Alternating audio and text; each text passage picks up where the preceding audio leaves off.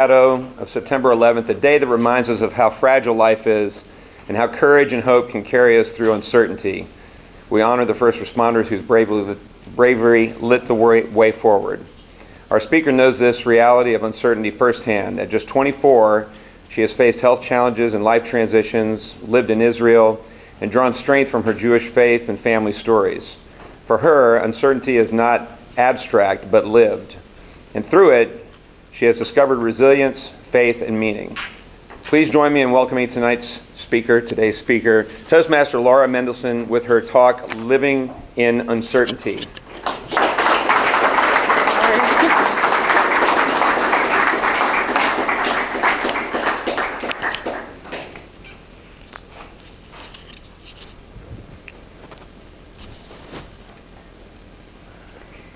Good morning, everyone. Welcome. Every generation has a moment of uncertainty. For some, it was 9/11. For others, it's war, illness, or personal struggle. My own came when I lived in Israel and faced unexpected health challenges and far away from home. And here's what I discovered. Uncertainty is not the absence of God. In fact, it's often the place you meet him clearly. Uncertainty is nothing we can escape. Think back to where you were on 9/11. Millions of people woke up unexpecting the most tragic thing that has happened, only to find their lives and their sense of safety forever changed. But uncertainty doesn't just arrive in moments of national tragedy. Sometimes it's quieter, more personal, a job loss, a diagnosis, or even a FaceTime. Just 2 days ago, my family received one call just like that. My little brother Adam FaceTimed us sitting in a bomb shelter at the Western Wall. He just moved to Israel for a year and already was thrown in the kind of uncertainty that no family wants. His growth reminds me of the time I lived in Israel.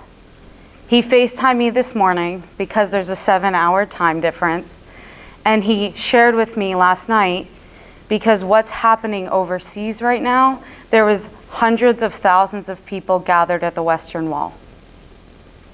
I spent 4 months there in 2023, far away from home, facing both health challenges and living in my uncertainty. I found myself in a spiral of questions, unsure of where God met me in the middle. But instead of pushing away my faith, the season of uncertainty pulled me closer. It was around that time that I encountered a book called Circle, Arrow, Spiral. In Judaism, these shapes carry meaning for how we move through life. The circle represents different cycles in life, traditions, holidays, and rhythms that hold us steady. The arrow points forward, urging us to keep going even when we can't see the whole path. The spiral, which is my favorite, is the unity of both. Brings us back to a familiar place, but never the same person. Each return carries growth, wisdom, and change. When I keep looking at my past journey, I see the shapes clearly. The circle of traditions keep me grounded. The arrow pushes me forward in times of uncertainty. And the spiral, that is my time in Israel. I returned to old questions, but this time I met them with new strengths and my faith. When I came home to Orlando, I shared my struggles with my rabbi's wife. She's only 26, and I was, let's count back, to young. I was 3 months old during 9/11. So when I lived in Israel, I lived in a religious community. I lived in Jerusalem for most of my time, but every weekend I traveled to different cities. Every weekend, from Friday night to Saturday night, an hour after sundown, I was present. I turned off my phone. I didn't spend money. I didn't get in a car, and I was just in the moment. Every Friday night, we had a nice cooked meal, no matter where we were. Everyone was off their phones, had them put away where they didn't even have them as a thought. The reality there is that people are present. So I went to my rabbi's wife and I said to her, I want to do it when I get home. I want to live in the moment. I want to connect with the people who I'm with after a long week at work. And she said something that reframed my perspective. She said to me, don't say I have to, say I get to. Since August of 2023, every Friday night, I turn off my phone. I don't have to disconnect. I get to. I get to rest. I get to reflect. And I get to be present. And what's most meaningful is that Adam, in the middle of all this uncertainty, has started doing the same. Even across the ocean, he and I will be sharing the same rhythm tonight. Like many of you, I like being in control. But what I've learned is that I don't have all the answers. I can trust God even when he has no explanations. Faith doesn't ease uncertainty, it gives us courage to walk through it. Uncertainty will always be part of our lives. We can fight it or we can lean in. For me, leaning in means embracing the circle, arrow, and spiral. Choosing faith, trust, and the gift of slowing down so that next time when uncertainty shows up, because it will in all our lives, I hope you don't just see what you've lost control of, but you get to lean into it because we all need to. Thank you.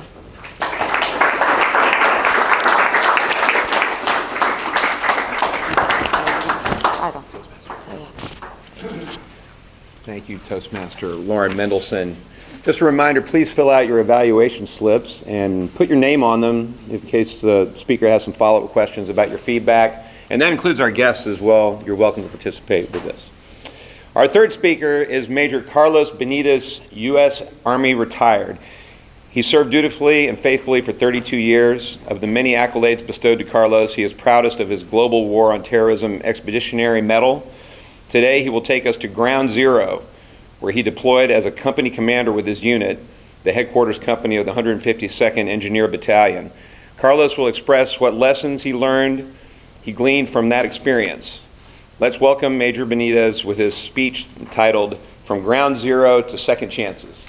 Toastmaster Carlos Benetiz.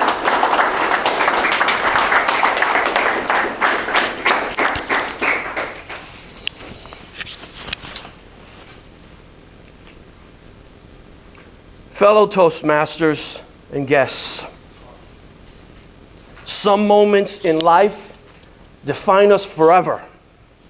September 11th, 2001 is one of those watershed moments. I was in the New York Army National Guard then, and just days later, I was deployed with my unit to Ground Zero. For 45 days, I walked among the ashes, the steel beams of what once stood to be the Twin Towers. The air was heavy with smoke and dust. Papers, office memos, documents, family photos, all kind of debris descended down like it was snow in the winter. The silence was filled with grief. Sirens blaring in the far distance. Folks, the two most important days in anyone's life is the day that you're born and the day that you find out why. That experience and what followed taught me lessons about service, perseverance, and purpose that continue today. Ground Zero, New York City, September the 13th. You know, someone once told me, nobody cares how much you know until they know how much you care. And after 9/11, I saw firsthand what service really means. Firefighters, police officers, first responders who had lost friends working, at first digging, searching hand by hand in the hot ashes. Volunteers from across the country merged upon Ground Zero. They showed up with supplies, food, and of course, a lot of prayers. The response was so overwhelming, not once that I had to pay for a meal. And I was like, "You're a hero, you're a hero." Who am I? What kind of hero am I? I just showed up. I asked myself. One firefighter in uniform, still dusty, handed me a water bottle. I knew he had been through hell, but his focus was on helping others. Fellow Toastmasters, that moment burned in me the truth, a truth that service isn't about comfort, it's about caring, and most of all, commitment, and of course, unity. And in my own life, whether in the Guard, my 31 years at UPS, or now with my prison ministry, I've tried to live that same commitment. 31 years at UPS, 32 years with the military, 45 years married to my adorable wife, Noida. That's commitment. I knew the writing was on the wall. And so 3 years after 9/11, we deployed. We deployed with the 42nd Infantry Division to Iraq. And for 18 long months, at first I lived in Kuwait, stood down for a minute to get into Iraq, and then we moved on into Forward Operating Base Spiker in Tikrit. My mission was to support the 42nd Infantry Division with the brigade communications. I convoyed 68 times outside of that FOB.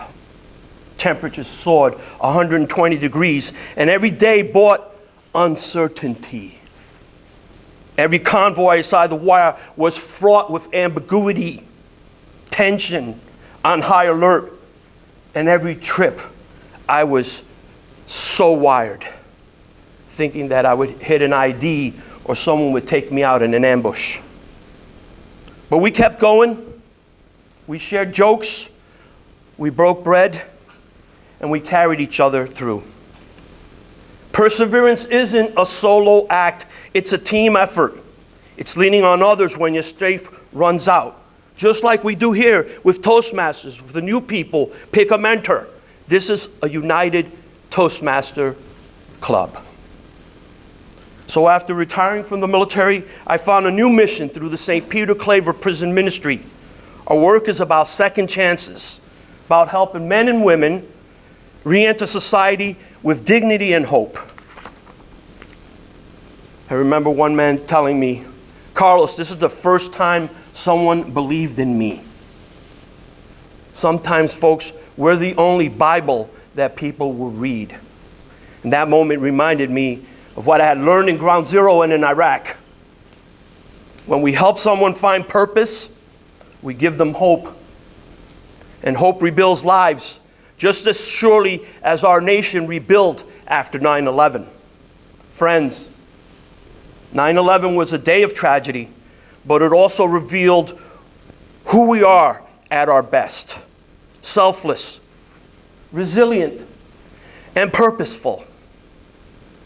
So let your service inspire others. Let your perseverance carry you through trials. There's going to be many trials. Failure, failing, fail, F-A-I-L. First attempt in learning. Let your purpose lift up those who need a second chance. There's so many people out there that need a second chance. We can't change the past, but we can certainly shape the future about how we live today.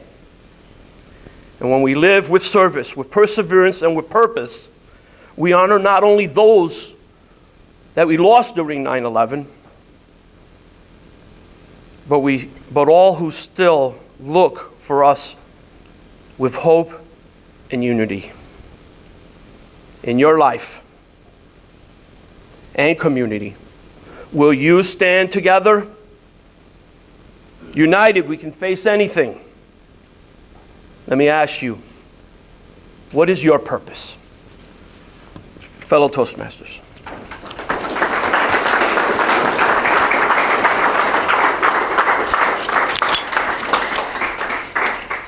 Thank you, Toastmaster Carlos Benetiz. What does it take for your mindset to change? In 2001, our final speaker, like most Americans, faced a drastic change in their perceptions. With his speech titled Perspective, you will hear his story and how his mindset shifted. Please welcome Toastmaster Sean Esler.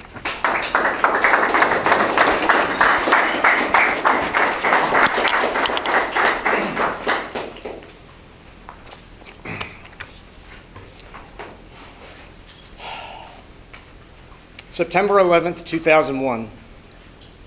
The perspectives of millions of Americans, their place in the world, their security, their vulnerability, instantaneously shifted in unity. But for me, my biggest perspective change would actually happen a little bit earlier that year. 2001 was going to become one of the most traumatic, one of the most empowering, and ultimately one of the most transformative times of my life. Between the end of 2000, beginning of 2001, I was faced with the sudden loss of my job in Oak Ridge, Tennessee, where I'd been working for a few years. And then very shortly thereafter, while I was out at my next job, my then wife emptied out our house, emptied our bank accounts, and then disappeared with my then 18-month-old son. It'd be quite some time before I could find them again. I could stand here all day, and I would never find the right words that could convey the torment, the sheer torture that I would undergo for months on end. Suffice it to say, it was probably the worst thing I think any parent could ever go through. Have you ever been so distraught, so depressed, that it kept you from barely even being able to function? To the point where you were living on someone else's couch because the thought of getting up to face what you had to do day in and day out was completely and utterly unbearable. I understand that level of hopelessness. It would take me months to figure out where they were eventually, to ensure their safety, and then to slowly try to get my life back on track. In the midst of trying to get my career moving forward again, doing job applications and interviews, I began working with my best friend at the time. We actually started a restaurant concept. We would spend every sliver of time we had learning how to build a business plan, understanding all the regulations involved, construction hurdles. We got mentored by some of the area's best restaurateurs. It was the best education I had at the time. It was awesome. And in the end, we actually had a business plan that was solid enough to get us enough financial investment to get started with. We were a pen stroke away from launching a $250,000 restaurant.